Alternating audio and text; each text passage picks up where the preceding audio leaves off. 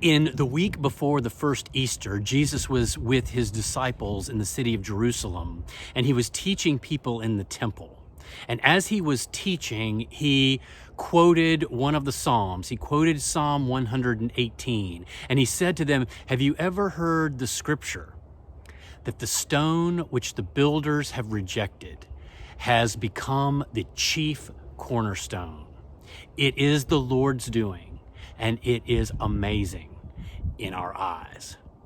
Jesus was foreshadowing what would happen at Easter when this person that people didn't really recognize to be as amazing as he really was would prove that he was the chosen one of God. Jesus was using the Psalms to make a point with the people.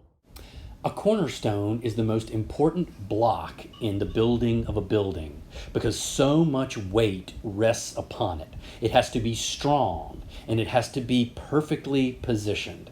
It also tends to set the tone for the rest of the building.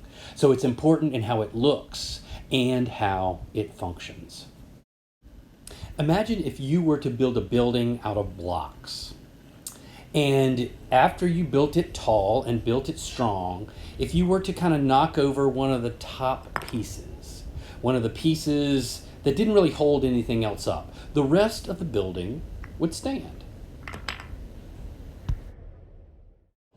But if you were to pull out one of the low pieces, one of the pieces at the very bottom, think if you were to pull out the chief cornerstone, the stone that really held up the entire structure. If you were to pull out that stone, the results would be very, very different.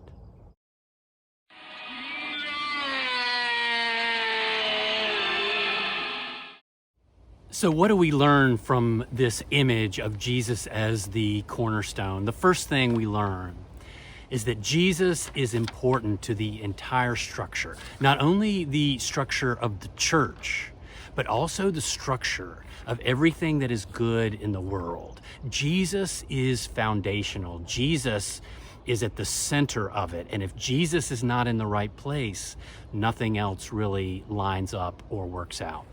The second amazing thing that we learn is this: God can do amazing things with people and things that may seem very ordinary.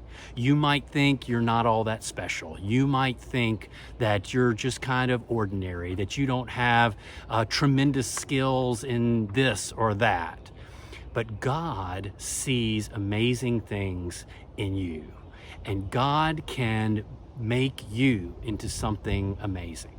Just as Jesus can be someone who looked ordinary to many, but proved to be the most amazing person that's ever lived, so can you and I do amazing things when we lean on God and trust in God. Oh, and kids, one more thing. If you can, give your mom a hug right now. Happy Mother's Day to all moms out there.